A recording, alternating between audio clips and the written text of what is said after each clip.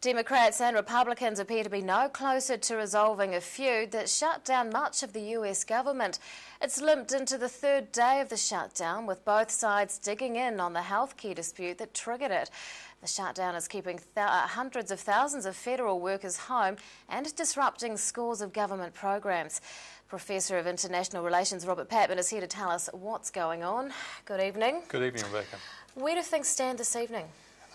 Precariously placed. As your comments suggested, we're about the fourth day into this shutdown, and there doesn't seem to be any signs it's going to be speedily resolved. And 800,000 people are currently laid off.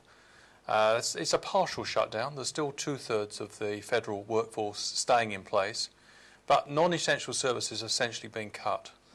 And at the moment, there doesn't seem to be any sign of resolution. Mr. Obama's taking quite a hard line. From the Obama camp's point of view, the Republicans have made an outrageous demand that they've only agreed to extend funding in the next budget if the government, the Obama administration, basically essentially scraps what's called Obamacare. This was a measure which was approved by it was constitutionally approved by the US Supreme Court in 2012 and then passed and then endorsed in the presidential election.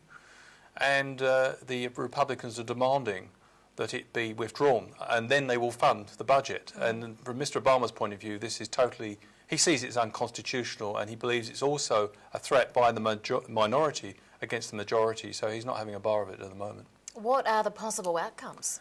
At the moment, one side giving in, which is that Mr. Obama will lose his nerve and then give in.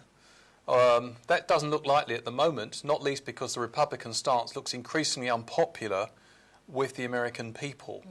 The other possibility is which the Republicans are trying to do at the moment. They're trying to get a sort of a partial solution, which is a negotiating program by program. Again, Mr. Obama doesn't want that. He wants he wants basically a victory here to end this practice of governing through crisis, where the Republicans believe they can actually blackmail the government of the day into doing this. So it's an interesting situation. It could get a lot worse because there's if this budget situation is not resolved, it could morph into another crisis, because on the 17th of October, America has to basically raise its debt ceiling. America has a debt of $16.7 trillion.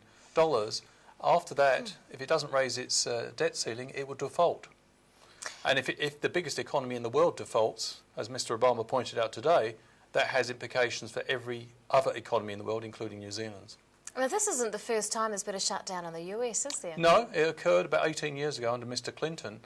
But in those days, there was no Tea Party in the Republican Party to polarise the situation. And Newt Gingrich, the then leader of the Republican Party, and Bill Clinton sorted out the situation. But it took 21 days, and it was hugely expensive.